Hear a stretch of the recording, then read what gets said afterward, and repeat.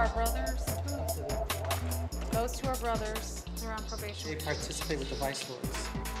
They've damaged about 20 vehicles. 20 vehicles? Yeah. It was like some weeks ago, we had did some stuff over there at the bus station, but they just not coming to get us. You guys are the world's dumbest criminal. They got you on video. They had a picture of me. They were like, "Is this your son?" My mom was like, "No," because on the picture, it don't look like me. So they're like, "We about to charge you for lying to the police," because my mom on probation too. So they said, if I don't turn myself in, they were gonna give my mama 6 years. Okay, come on back. Step back a little bit. I'm very mad at myself. I wish I never done the things I did. Talk with you. So you start and come back. If the judge, she's gonna let you know how funny it is. You see the judge, she's gonna let you know how funny it is. It's not no laughing matter. You understand? Because you just caught red-handed. You know the routine by now, I'm sure, right? Go ahead, have a seat. When I do this intake, I'm not going to ask you if you did any of this, and I don't want you to tell me, you know, your side of the story. I'm not going to do that, okay? You've been here. This is your 6th complaint. No, actually, this will be your 7th complaint. You just left here, and that is, what, 2 weeks later, and you're here. He has, like, a quiet reserve about him. And for somebody that has like a history like that, like his disposition doesn't add up. I'm looking at your history here and I see that you first got arrested when you were 11 years old. Yes. His dad is incarcerated for dealing crack, he said. And then a month later, you were arrested for mischief, battery, consumption, intimidation, robbery, and theft. You know, there's 10 kids, it's a large family. 5 have been here. So that tells me, you know, there's more to the story. He has seen a lot. Were your parents contacted? Oh, yeah. You care to talk to them again? Would you like to talk to your parents again? Yes. Just keep signing. You got 7 pages total. Hello? Yes, this is Lake County Juvenile Center. I'm calling for the parent or guardian of Kentrell. Okay, he was brought in by Gary Police Department for criminal mischief, theft, and criminal trespass. Okay. Okay, he's going to have a D hearing on Monday at 8 o'clock in the morning. What about my other son, Kenneth? He's here as well. Okay, you know when his court also Monday? Same, Monday at 8 o'clock. Monday at 8? Correct. Would you like to talk to your son, Kentrell? Okay, yes. Okay, go ahead. Hello? Yeah. You heard what he said, right, Monday? Uh-huh. So they might let you go. But I ain't do nothing, though. Okay, so therefore they might let you go. Well, I'll see you on Monday. Okay. I love you. Love you, too. Kentrell? That's him. That's him. Is it Kenneth or Kentrell? His name Kentrell, my name Kenneth. Okay. I just wish you never got yourself into this. I always try to be the big brother, tell him don't do bad stuff. You need to know that there's a good chance on Monday you might not go home. He's basically one of those incidents where we didn't practically raise the kid.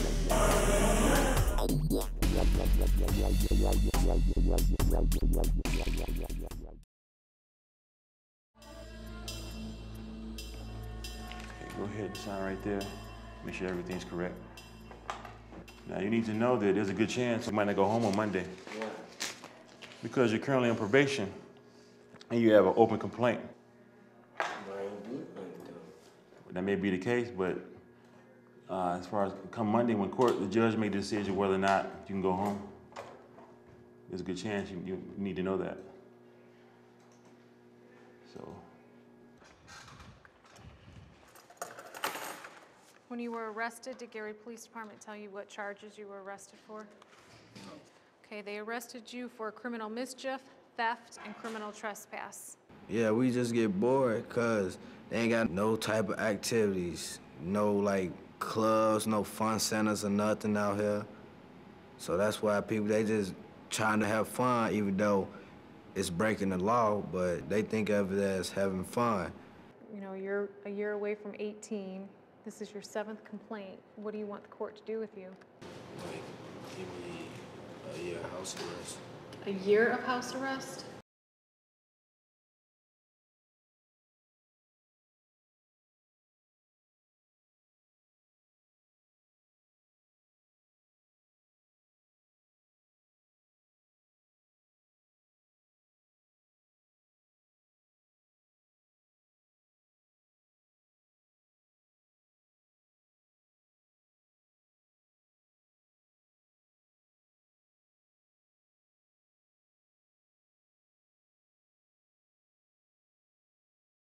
You don't know, like, you're still a little kid. You don't need to be in here. Alan did the intake on your brother, and he's telling me you accidentally shot him in the stomach last year. That's when I was 11. That's when you were 11 Yeah. that you accidentally did that? Wow. That's when I first got into the juvenile system. Oh. You still think about that? Always. You're gonna take these boxes up too, squat and cough. Go ahead. You're gonna squat down like a catcher and cough twice. Yeah, just like that. Squat down, cough twice. All right, one more. You gotta cough twice. I gotta make sure he's separated though. I can't put him over there with his brother. That's what I'm saying. Put him up there and then put his brother in the lower side H5. We want to keep them separated so that when court comes, they can't get their stories to match. They can't lie. You put this lice on, you're just gonna kill any lice if you have lice. If not, it's not gonna hurt you. Go ahead. So that's why we keep them separated. So he won't see his brother until it's court day.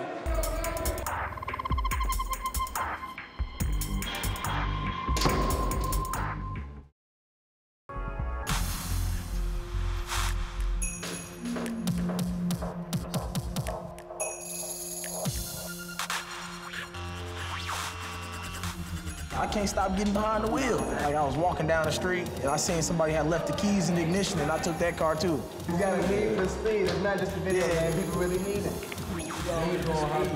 People who's in these places like this ain't just bad kids, they just make bad choices at that time. Yeah, I've been to 2 high-speed chases.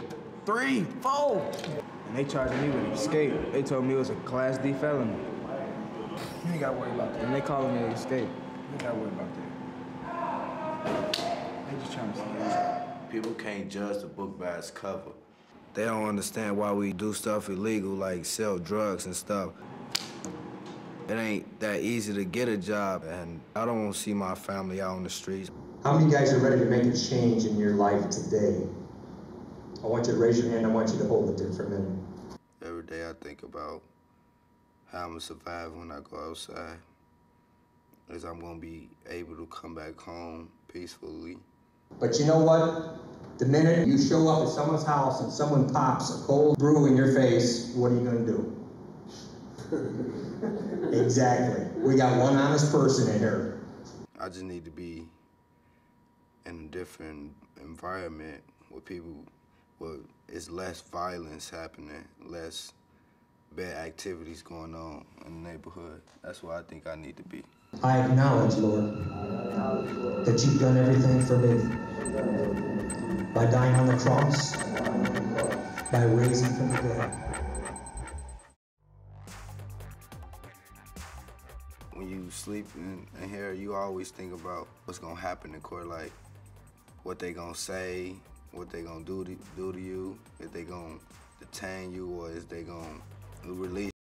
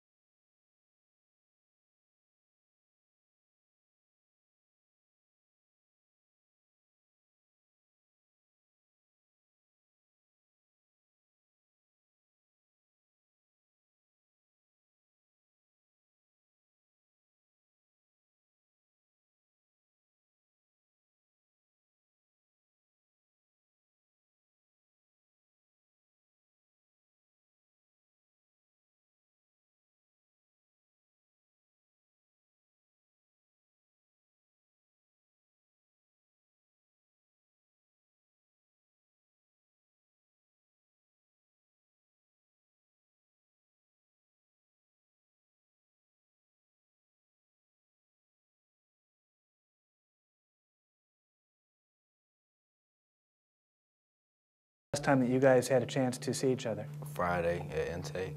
Okay. One of the challenges that we're going to have is convincing the court, and the judge in particular, that despite you having been here before and not learned your lesson, that you're going to learn your lesson this time and not get into trouble again. So help me understand some of the things that are going on in your life that help demonstrate that. Like when school started, I was gonna get on the basketball team. I was gonna get a job. I had a lot of things going on that better than getting in trouble. Obviously, being in here makes it more difficult to accomplish those kind of goals. So the good thing that both of you have going for you is the purpose of this entire system is to help you guys get back on track. It doesn't mean this is going to be a cakewalk, and obviously you guys have been living through this now the last couple of days and know that this is a very serious situation. Yes, it is. So Kentrell, let me talk to you a little bit first about what things do you do when you're not here? I play ball. Where do you play ball at? At the court. And tell me a little bit about that. What do you do? What position do you play? I just play ball. And what else do you do besides playing basketball? Chill. I just wish you never got yourself into this. You're still a little kid. I just pray every day, like, I hope he get out. I know you're a very quiet person, but I mean, you gotta make a decision if you want to stay in here or not. Because when it comes time to look the judge in the eye and say, you know, here's why I need to get out of here and why I need to go home. You know, here's what I'm going to do next time. You know, why I'm not going to come back and, you know, be handcuffed and brought in by the police next time. Later on in life, I will be a role model for my little brother. After I get myself together. I can't teach him now because we're in the same situation now. Can't teach him now, but later on in life, I will teach him. We'll put both you guys on the stand, ask you guys some questions, and the prosecutor's going to have a chance to ask you guys some questions. And she's tough. And she is tough. I mean, her job is to protect society from people who commit crimes and people who commit crimes repeatedly. And that's what she sees in you two right now. Okay, let's be frank. Like, they decide what they're going to give us. Like, if they decide to get us, let us go home with restrictions, I want it to be like 2 months of house arrest, 48 hours of community service.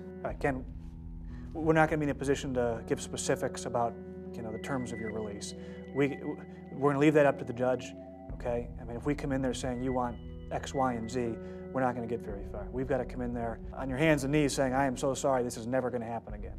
So I'm not going to get into discussions about, you know, what hours of the day you want to be released and what hours of the day you want to be on home arrest. We're going to go in there saying we are sorry and this is never going to happen again, and you will not see me back in handcuffs, getting out of a police car, coming into this detention center. If the judge thinks that you guys are an ongoing threat and that you're still a danger, get used to this place.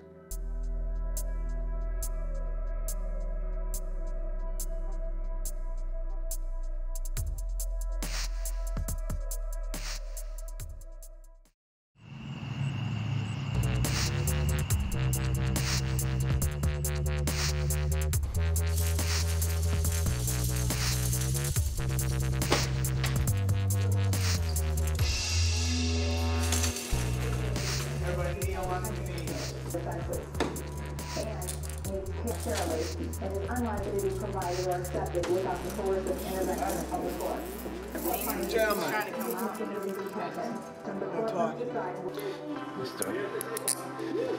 how bad? I mean, Yeah, you can move. are you sure? Yeah. Okay. No talking in the hallway.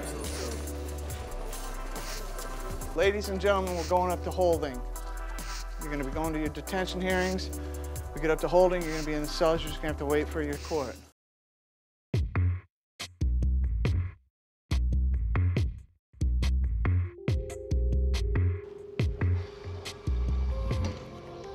Hey Ken, I wanted to let you know I talked this morning with your sister. Apparently your mother was having some hypertension or some high blood pressure, some heart problems this morning, can't be here today. I don't know if she went to the hospital or what the circumstances are, but I talked to your sister, and your sister supposedly is coming, although she was supposed to be here at 8:30 and she's not here yet. It's now about noon. So that's the update on things. Is there something you want me to tell your sister, or when I talk to her again? Because she's supposed to call me back in a few minutes. Tell her she need to bring my mom up here. Bring my mom up here.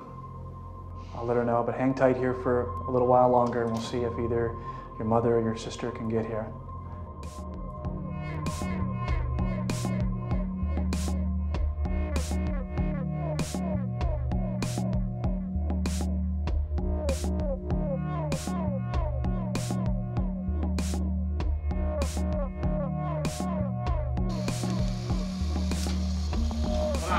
Come on, guys, man, your best behavior. You don't act right in court, no way judge is gonna trust you to behave in society, okay?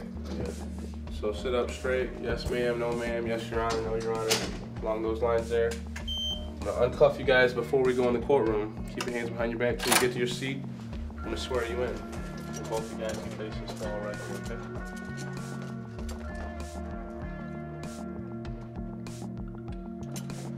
Stay to your left, we're on the left side here.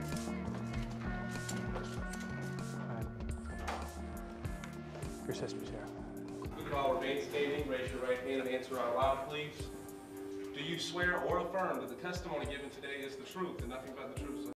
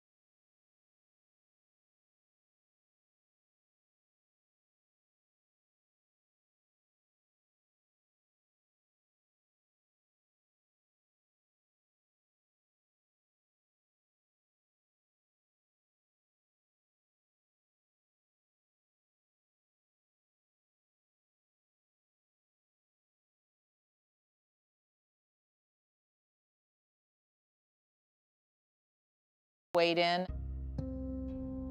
and has indicated to the court that he feels that both boys should be detained as a danger to the community because of their repeated acts of delinquency. What I'm going to do today is order that they remain detained pending their next hearing. Okay. Any questions? No, Judge. All right. Then these hearings are adjourned. These are two boys, certainly the younger brother, who was following in the older brother's footsteps. The oldest boy, 6 times he's been detained here. 6 times. And the mom's not here today, and she may or may not be ill. You know, I have no idea. There's no supervision, and I think even if today Kenneth felt, I'm going to be okay, I'm going to be good, and I'm certain that Kentrell would have followed whatever Kenneth wanted to do, it would have only been short-lived.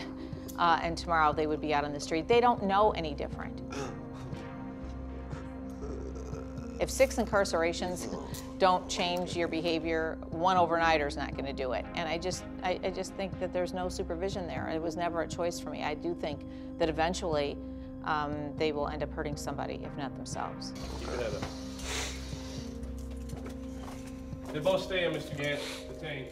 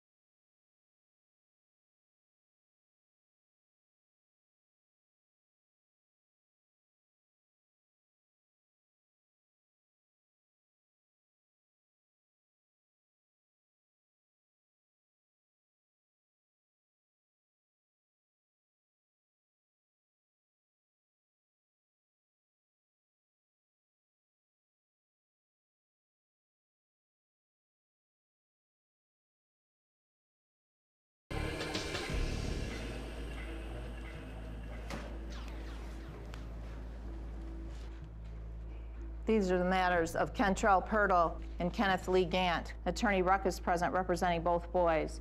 Your name, please? Mary Gant, mother. All right. All right, call your first witness. Judge, I would call Ken and Kentrell's mother to the stand.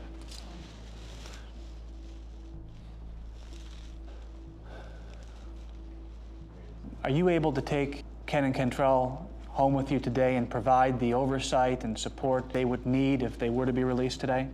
Yes. Okay. Tell us, how would you be able to provide the structure to your son so that they wouldn't get into any more trouble? For one, I'm gonna keep them in the house, because I don't want to see them out in the streets, and I don't want them to get hurt, and I don't want them to do the wrong things. I've been trying to teach them, but they go out in the streets and they listen to their friends and get in trouble. But I want them to come home, because their brothers and sisters have missed them too. What do you think that the court could do to help you have your sons follow the rules and the restrictions that you put on them? The house arrest. How do you think that'll help? That way he won't go nowhere but to school and back home. Anything else you'd like to say? No. Okay. That's all I have, Judge. Ms. Gant, why do you think that the court telling Kenneth to stay in the house is going to keep him there? Because he was on house arrest before and he stayed in the house. What are you going to do differently? He's had 4 referrals to the juvenile court this year alone. I'm going to take control over them. How are you going to do that? I'm be a harder parent. So you don't have any plan in action for it to change? You just think it's going to change? No, I know it's going to change. Well, what is the plan in action? I'm going to put my foot down. So you didn't before? You just let them do what they wanted to do before? No, I didn't pretty much let them do anything they want to do. Okay. So I tell them, to do the right thing, but they taking them on themselves to do what they want to do when they outside my house. But when they in my house, they do what I tell them to do. Okay, so Kenneth defies you? Sometimes. Okay. I have no further questions. Thank you, Mrs. Gant. Thank you. Mr. Smith, what is your request today? The probation department is recommending that they remain detained and be ordered to complete a psychological evaluation. There's also in the neighborhood, I've talked to Mom about this, a lot of gang activity on the street that they live on. And I believe that they're affiliated with the gangs out there on the streets as well.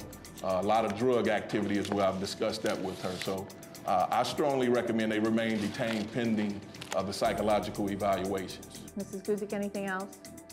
Yes, Judge. Regarding Kentrell, Pirtle, the state would definitely concur with Mr. Smith's recommendation that he remain detained here as a serious danger to this community.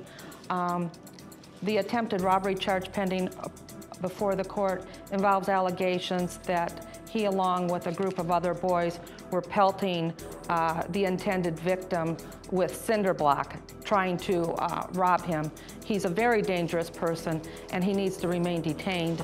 As far as Mr. Gant, state also feels he's a very dangerous person. The court's been dealing with this young man since he was 11 years old. He came into the system with a very, very serious offense, shooting, I believe, his brother. He doesn't really listen to his mother. He shows a lot of disrespect for her. And I think the most important thing that she said today was she can't really say if he would cause harm, if he was out in the community. And I think that the court cannot take the chance that he may cause another person harm, and he needs to remain detained as a danger to the community also. All right, Mr. Ruck, anything else before the court rules? Judge, we, I guess, agree with the psychological evaluation component of the recommendation, but I would like the opportunity to at least argue that they should no longer be detained while the case pens. In fact, his mother is here today and has indicated and will indicate to the court her willingness to have her sons released to her today. Well, today, of course, the court will order that both boys have a psychological evaluation. Yes, I'm going to stay here until then. I'll make the boys temporary wards of the Department of Child Services so that we can get those services paid for. I know, Kenneth, that you want to leave. I read the letter you wrote to this court about your girlfriend having a baby soon. I'm certain that you would like to be there, as you told me in your letter. You know, I'd like to give you a break here, but in light of this is your 6th referral to this court, 4 in the year of 2008, the court's going to order that you remain detained pending your next hearing and that you may be a danger to yourself or to the community. As it relates to Kentrell, the court is going to also order that he remain detained pending his next hearing because this is his 4th referral to this court, and these are serious charges. And for all of those reasons, the court will find that he may be a danger to himself or to the community, and they'll both remain detained pending their next hearings on September 5th. All right, this hearing's adjourned. Thank you. Okay. I don't like anybody to be in pain, certainly not kids. I mean, I love them. I've been doing this job for 26 years, and the work is heartbreaking. But there is no more work that's more important than the work in a juvenile court.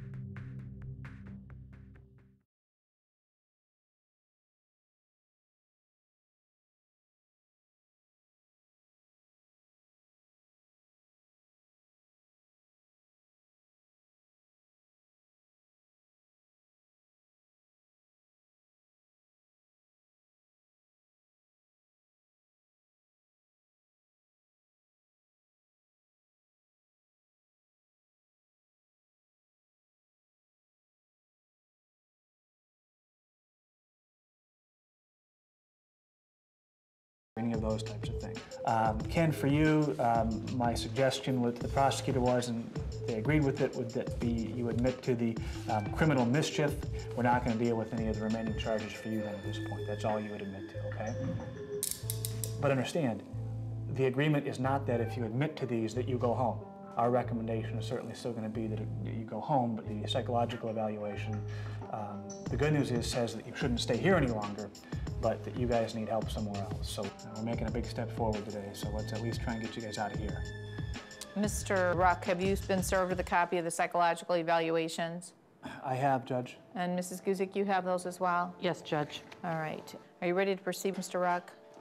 Judge, I guess what I would like to do is hear from the probation officer. All right, Mr. Smith, do you want to have a seat up here? Now, since we were in court several weeks ago, what has happened? Several weeks ago, we ordered a psychological evaluation to be completed. Both of those evaluations were completed. With Kentrell, we did decide that at this time, in the best interest of the community and for himself, that he be placed in a residential treatment facility. What's the purpose of that type of placement? Hopefully that he take advantage of the things that he needs to become a better citizen and to correct the things that he may be dealing with in the community at this time. With respect now to Kenneth, why don't you tell us about what your recommendation is? We also agreed that he needs residential placement to meet his needs. You're not recommending that they go home with their mother? Not at this time. Okay. That's all I have, Judge. All right, Mrs. Guzik? I have no further questions. Did you want to speak or no?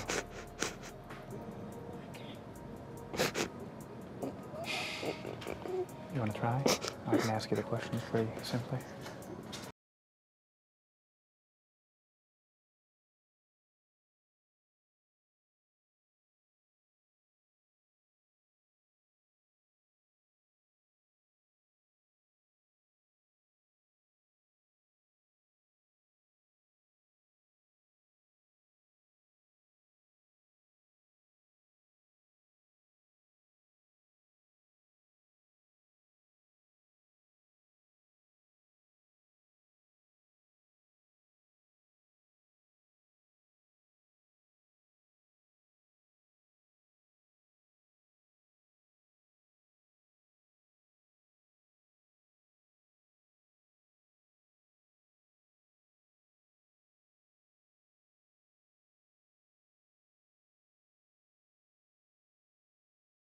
You just will leave it to the court to decide? Yes.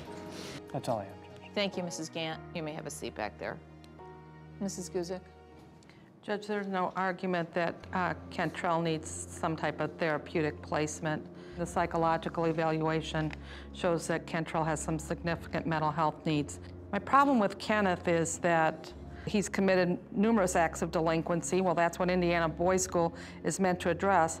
And then you factor in that he's had counseling provided to him, and he hasn't been terribly amenable to the counseling. He has a track record, and the track record isn't very good at this point. You know, it's a serious matter for this court to decide that it's going to invest itself in a child to the extent that this county and this court is being asked to invest themselves in Kenneth, and I don't see that there's going to be a lot of bang for our buck, to be perfectly honest. I think he's a dangerous person. I think he should be committed to Indiana Boys School. Well, I would agree that I think Indiana Boys School can address a lot of the issues that Kenneth is facing. But I know this much, if he were in the adult system, he would not be able to receive the treatment and the rehabilitation and the services that the juvenile court is designed to provide to children like Kenneth and like Kentrell. The state and the taxpayers are going to pay, whether we send them to the Department of Correction or we send them to placement. And maybe we won't get the bang for the buck as you've described it, but I'm going to still put my faith in the juvenile court system, and that I think we can do a better job with kids than the adult system can do, and going to jail is going to do for him. I think, you know, Kenneth has a baby now, and I know that he wants to get out of here. He's written me 2 letters, and believe me, I would love nothing more than to send both boys home to you, Mrs. Gant. That would be really the ideal thing to do. But I think you as a mom, which is why you're crying your heart out back there, knows that that's not the right thing right now. Kenneth is on the verge. He's on the verge of either doing something really horrible in his life and take him away from you forever, or he's on the verge of maybe being able to turn that corner, and maybe if we hold his hand and help him turn that corner, he'll be able to do that. I mean, that's all we can do, and that's all I can do as a judge, is hope that he will hear somebody who can reach out to him to make his life better, and him take that advice and do the rest for himself, because we can't walk in his shoes. Only he can do that. So today, what I'm going to do is I'm going to make him a ward of the court in order that he be placed appropriately, but I will set his matter for review in 3 months in any event. And as it relates to Kentrell, I think this is a young man that probably the juvenile court system was designed for in some respects. I couldn't let him walk away from us without trying to get him to a point where he's at least literate and can function in some type of a job. So today the court is going to make him a ward of the court in order that he be placed at IDTC, which stands for the Indiana Developmental Training Center in Indianapolis. All right, then this hearing's adjourned. Thank you. Man, can't do that, man. They don't care about us, man. Ain't no dangerous to no state, man. No community, man. They don't know. You understand what she said, right? You're not going to movies. I understood what you were saying. You're not going. Oh my God. They're looking to steal human rights. That's what they were doing. So relax, man. You're not going. You're not going.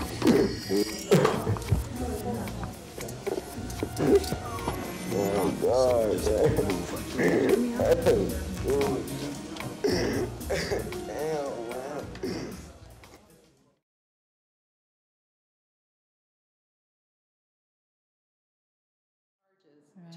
You know, tell me what was going through your mind on the bench with Kenneth and Kentrell. I was sad for them. I was sad for society, sad for this little baby that was just born. And looking back at the mom, my heart broke for her too. Because it just seems like it was sort of unavoidable that this would all happen this way. Because I think here's a mother who is ill-equipped to handle the kids. She's got 11. And 7 of them at home right now. And there's a lot of criminality in this family. And I think it's sort of a way of life that they kind of live life on the edge, gang involvement. But I really truly feel and felt in the hearing that this was the time for us to intervene. And it's sort of like a now or never situation for them. They're either going to get the help now or they're never going to get the help. In some ways, you're almost like a surrogate parent up here on the bench because sometimes you have to make the tough decisions that aren't being made at home. Right. I never like for the questions to be asked, although they're asked all the time, of the parents. Do you want to take your child home with you? Well, because we have to establish that, yes, they want them home or they're willing to accept them back into their family. But it's my decision. And sometimes, you know, the parents, although I have to give her credit, she, at the very end, said it might be what's best for them. It's hard for them to look their kids in the eye, especially when they're crying and saying, no, I don't want to take you home today. But ultimately it's my decision anyway. So you're right, we do have to step in as the parent and make those hard decisions that parents sometimes just can't make. I know that one of Kenneth's biggest fears was that he was going to be sentenced to the Indiana Department of Correction and Boys School. Explain to me when you said, I'm going to commit you to the Indiana Department of Corrections to boys' school and stay that commitment. Explain stay the commitment. It's almost like a suspended sentence. A lot of people use. Stay the commitment. Okay, all right. Stay the commitment means suspending the commitment so that at some point in the future, if he fails placement, or let's say he comes back home after placement and he runs away or begins criminal activity again, the probation department can ask that his sentence be modified or that the disposition be modified, and then the court can impose the Indiana Boys School commitment without there having to be another delinquent act having been committed in the meantime. So since his commitment was stayed, what happens now? Because I know we haven't heard back yet from placement facilities. Explain to us what happens in that interim. He will stay here until we receive notice as to which of the 2 placement facilities will accept him. And if both do, then the court will decide where he'll be placed. And if one or the other does, then he'll be placed at that one. I know one of the placements was in Nevada. Talk a little bit about the fact that placement can be out of state and how that works. Placement can be out of state. Our first choice is to place within our own county, then within our own state. But sometimes there are needs of children and the facilities in our area don't provide for those needs. And so we look elsewhere. The placement facilities that we do use out of state, however, we require that they have an aftercare component so that they provide services to the family once the kids are returned back to the state of Indiana. We require that the families are engaged and involved with transportation, cost to go to the placement facility or telephone conferencing, whatever's necessary to keep them involved in the child's life and involved in the treatment process. And of course, the costs are usually comparable to our local placement facilities and sometimes even less costly. So I think a lot of people might be surprised at the depth of services that are actually offered by the juvenile courts. Yes. Do you think the public understands, you know, how involved the courts have to be once kids come through the system? No, I don't think, I mean, there would be no reason for them to know that unless they've had personal experience. But the beauty, at least in the state of Indiana, for our juvenile code is that even if you commit a delinquent act, the same services that I could order for a child who comes in through the Department of Child Services as a child in need of services can be provided for a delinquent child as well. So as you noticed today, I made the child a ward of the court in order that he be placed. And so he will be afforded the same opportunities and services that would be afforded a child that had maybe been abused or battered or neglected. And so all of these services can be provided, from counseling to drug testing to vocational training to all sorts of services that would help rehabilitate somebody. And that's the beauty of the juvenile court. I mean, that's why I think a juvenile court was created to begin with, because we have children and they are just doing things for the first time in their life. They're going through experiences that we as adults have experienced maybe too many times. But the adult system isn't equipped, nor does the law allow them to provide for all the services to help somebody grow into a responsible, productive person. And that's what the juvenile court does best, and that's what our role is. And that's why I really felt, bringing it back now full circle to Kenneth and Kentrell, was that if ever there was a time for someone, a system to intervene in their life, it's now. They've done all they're going to do, hopefully, as juveniles by way of committing delinquent acts, and now we need to step up, so to speak, and provide the services to them to hopefully get them to a point where they will no longer be criminals. How frustrating is it for you? You do all this great work in the court and they get counseling, and so many kids do so much better and they're in placement, and then home is right back to the same neighborhood where all the problems were to begin with, the gangs, the drugs. How frustrating is it for you? Extremely frustrating, because we can't provide services to a neighborhood. You know, we can't provide services to the friends. We can provide services to the family, however, and hopefully during the next several months, Kenneth and Kentrell and his mother and other siblings in the home will be provided services as well, so that we can get them ready for their return and address issues that they may have and have been experiencing all along, which might have led to why they're behaving the way they are. But it is very, very frustrating that, you know, you can't live someone's life for them. You can only give them the tools to maybe live their life in a different way, hopefully a better way. And so it is frustrating when they don't take advantage of what we've provided to them. But all we can do is the best we can and hope that, and for some kids it does work, and for some families it does work, and we never see them again. And that's what keeps at least somebody like me in this job, because I know there are those people that want the help, receive the help, and even those people that don't want the help in the beginning end up coming around. And I'm hoping that's the case for Kenneth and Kentrell.